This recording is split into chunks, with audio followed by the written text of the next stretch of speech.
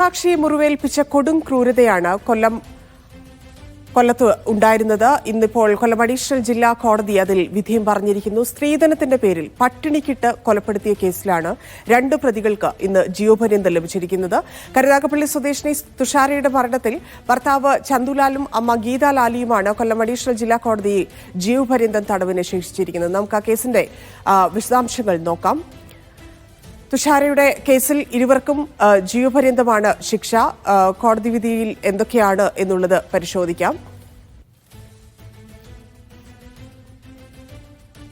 വിധിയിലെ പ്രധാനപ്പെട്ട കാര്യം രണ്ടുപേർക്കും ജീവപര്യന്തം ശിക്ഷ എന്നുള്ളതാണ്. മറ്റൊന്ന് 1 ലക്ഷം രൂപ വീതം രണ്ടുപേരും പിഴയടയ്ക്കണം.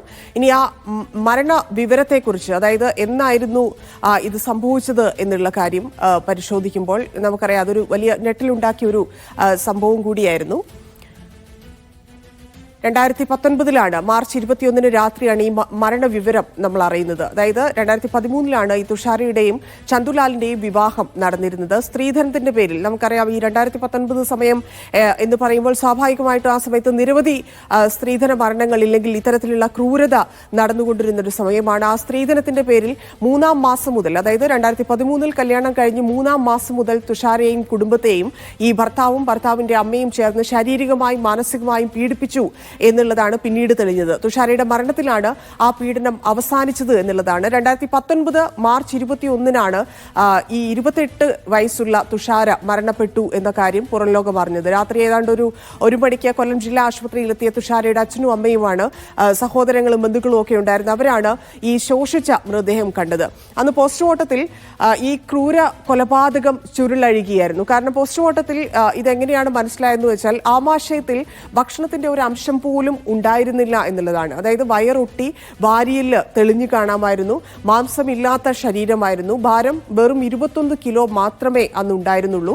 അപ്പോൾ ഈ പോലീസ് നടത്തിയ അന്വേഷണത്തിൽ തുഷാരയെ ഭർത്താവ് ചന്തുലാലും അമ്മ ഗീതാലാലിയും ചേർന്ന് പട്ടിണിക്കിട്ട് കൊലപ്പെടുത്തി എന്നാണ് കണ്ടെത്തിയത്. നേരത്തെ തന്നെ ഇതുമായി ബന്ധപ്പെട്ടുള്ള പ്രശ്നങ്ങൾ വീട്ടുകാരെ അറിയിച്ചതുകൊണ്ട് വീട്ടുകാർക്ക് അതിൽ സംശയം ഉണ്ടായതുകൊണ്ടാണ് അത്തരത്തിലൊരു പരിശോധനയിലേക്ക് പോയത്. നമ്മൾ ഇനി തുഷാര നേരിട്ട ആ നരക യാതന അത് നോക്കുകയാണെങ്കിൽ നേരത്തെ ഞാൻ പറഞ്ഞതുപോലെ പോസ്റ്റ്മോർട്ടം റിപ്പോർട്ടിലുള്ളതുപോലെ ഒരംശം ഭക്ഷണം പോലും ആമാശയത്തിൽ ഉണ്ടായിരുന്നില്ല തുഷാരയുടേത്. മറ്റൊരു പ്രധാന ഈ വയർ ഒട്ടി വാരിയല് തെളിഞ്ഞ ഒരവസ്ഥയിലായിരുന്നു. അതായത് ഒരു മനുഷ്യരൂപം എന്നുപോലും തോന്നുന്നില്ല എന്ന ആ സമയത്ത് തുഷാരയുടെ ഒരു ബന്ധു പ്രതികരിക്കുകയുണ്ടായിരുന്നു. ഒപ്പം തന്നെ മാംസമില്ലാത്ത ശരീരം, അത്രയധികം മെലിഞ്ഞൊട്ടിപ്പോയി. ഇവർ ഈ പഞ്ചസാര ലായനിയും അരിയും ഒക്കെ കൊടുത്ത്, അതായത് ശരീരത്തിന് ആവശ്യമായ ഒന്നും കൊടുക്കാതെ അവരെ ആ രീതിയിലാക്കിയെന്നാണ് പറയപ്പെടുന്നത്. ശരീരഭാരം 21 കിലോ മാത്രമാണ്. അതായത് 28 വയസ്സുള്ള തുഷാരയുടെ ശരീരത്തിന്റെ ഭാരമാണ് 21 കിലോ എന്നുള്ളത്. അന്നത് വളരെ ശാസ്ത്രീയമായിട്ട് തെളിയിക്കാനൊക്കെ സാധിച്ചു എന്നുള്ളതാണ്. പോസ്റ്റ്മോർട്ടം റിപ്പോർട്ടിലൂടെ കൃത്യമായിട്ട് പ്രതികളിലേക്ക് എത്താൻ സാധിച്ചിട്ടുണ്ട്. ഇവർക്ക് 2 കുഞ്ഞുങ്ങളുണ്ടായിരുന്നു. ഈ കുഞ്ഞുങ്ങളെ പോലും തുഷാരയിലേക്ക് അടുപ്പിക്കാൻ ഇവർ സമ്മതിച്ചിരുന്നില്ല എന്നുള്ളതാണ്. അങ്ങനെ ഈ കുഞ്ഞുങ്ങൾ പല രീതിയിൽ ബുദ്ധിമുട്ടുകൾ നേരിടുന്ന ഒരവസ്ഥയുണ്ടായിരുന്നു. അവസാനം സ്കൂളിൽ ഇവർക്ക് അമ്മ എവിടെ എന്ന് ചോദിക്കുമ്പോൾ ഉത്തരം പറയാൻ സാധിക്കാത്തൊരു സാഹചര്യം ഉണ്ടായിരുന്നു. സ്കൂളിലെ അധ്യാപകർ ഈ വിഷയത്തിൽ ഇടപെട്ടിരുന്നു. ആ രീതിയിൽ എല്ലാവർക്കും അറിയാവുന്ന ക്രൂരത അതിലാരും ഇപ്പൊ തുഷാരയുടെ കുടുംബത്തിനെ ആണെങ്കിൽ പോലും ഇവർ വീട്ടിലേക്ക് കയറ്റുകയോ കാണാൻ അനുവദിക്കുകയോ ചെയ്തിരുന്നില്ല.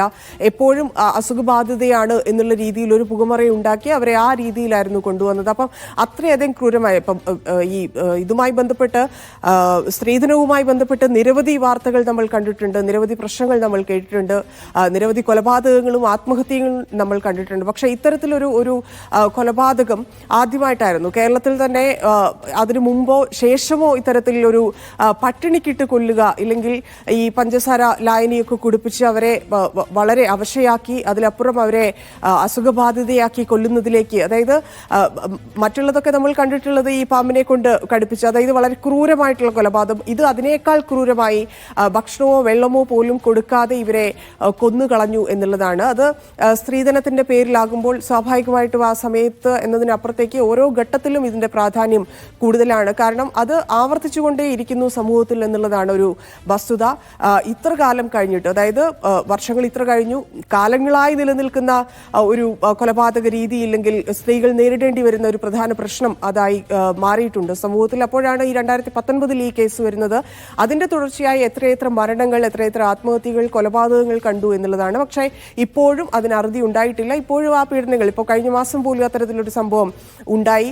പെൺകുട്ടി സൂയിസൈഡ് ചെയ്യുന്നതിലേക്കൊക്കെ കാര്യങ്ങൾ എത്തിയിട്ടുണ്ട്. അപ്പോൾ ഈ ആത്മഹത്യ ഇപ്പോൾ ഒരു വിധി, ഇപ്പോൾ ഇവർക്ക് ജീവപര്യന്തമാണ്, ഇവർക്ക് ഇനി മേൽക്കോടതിയെ സമീപിക്കാം എന്നൊക്കെയുള്ള നിയമപരമായിട്ടുള്ള വശങ്ങൾ അവിടെ ഉണ്ടെങ്കിൽ പോലും ഒരു കേസുമായി ബന്ധപ്പെട്ട് ഇപ്പോൾ സ്വാഭാവികമായിട്ട് നമുക്ക് ഈ കേസിൽ ഇവർക്ക് ഈ ശിക്ഷ പോരാ എന്നൊക്കെയുള്ള അഭിപ്രായങ്ങൾ തോന്നിയേക്കാം. അപ്പം ശക്തമായ ശിക്ഷ ഇല്ലെങ്കിൽ കൃത്യമായിട്ട് ഇവർക്ക് എന്താണ് ഇവർ അർഹിക്കുന്നത് ആ രീതിയിൽ ശിക്ഷിക്കണം എന്നൊക്കെയുള്ള അഭിപ്രായങ്ങളും പ്രേക്ഷകർക്ക് ഉയർന്നേക്കാം. പക്ഷേ ഈ രീതിയിലാണ് ഇപ്പോൾ ഇവരെ സംബന്ധിച്ച് ജീവപര്യന്തം എന്നുള്ളതിലേക്കാണ് പ്രോസിക്യൂഷന് കാര്യങ്ങൾ തെളിയിക്കാനായിരിക്കുന്നത്. സ്വാഭാവികമായിട്ടും ആ രീതിയിലാണ് കോടതിയും ഇടപെട്ടിരിക്കുന്നത്. മേൽക്കോടതിയെ സമീപിച്ചാൽ സ്വാഭാവികമായിട്ടും ഈ തെളിവുകൾ വെച്ചുകൊണ്ട്, അതായത് അത്രയധികം തെളിവുകൾ ഈ കേസിൽ, തുഷാരയുടെ കേസിൽ ഉണ്ടായിരുന്നു കോടതിക്ക് മുമ്പിൽ എന്നുള്ളതാണ് യാഥാർത്ഥ്യം.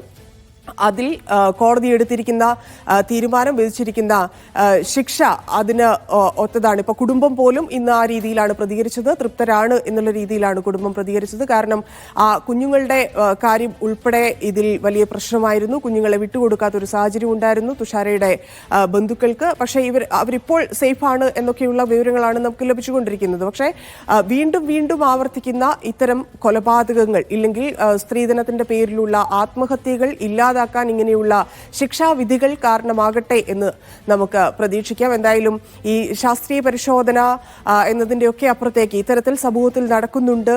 ഒരാൾ കൊല്ലപ്പെട്ടതിന് ഇല്ലെങ്കിൽ മരണപ്പെട്ടതിന് ശേഷം അതിനെതിരെ പ്രതികരിക്കുന്നതും ഇല്ലെങ്കിൽ ഇത്തരത്തിലുള്ള ശിക്ഷാവിധികളെ ആഘോഷിക്കുന്നതിനേക്കാൾ നമ്മുടെ ശ്രദ്ധയിൽ അത് പെടുകയാണെങ്കിൽ നമ്മൾ അതിനെ എതിർക്കുക, ഇല്ലെങ്കിൽ അത് ആ പ്രശ്നത്തിലൊരു പരിഹാരം ഉണ്ടാക്കുക എന്നത് മാത്രമാണ് ചെയ്യേണ്ടത് എന്ന് കരുതുന്നു. എന്തായാലും ഇതൊരു പാഠമാകട്ടെ ഈ ശിക്ഷാവിധി എന്ന് പ്രതീക്ഷിക്കാം. പൂർണ്ണമാവുന്നു. ഇനി ഔട്ട് ഓഫ് ഫോക്കസ് കാണാം. നമസ്കാരം.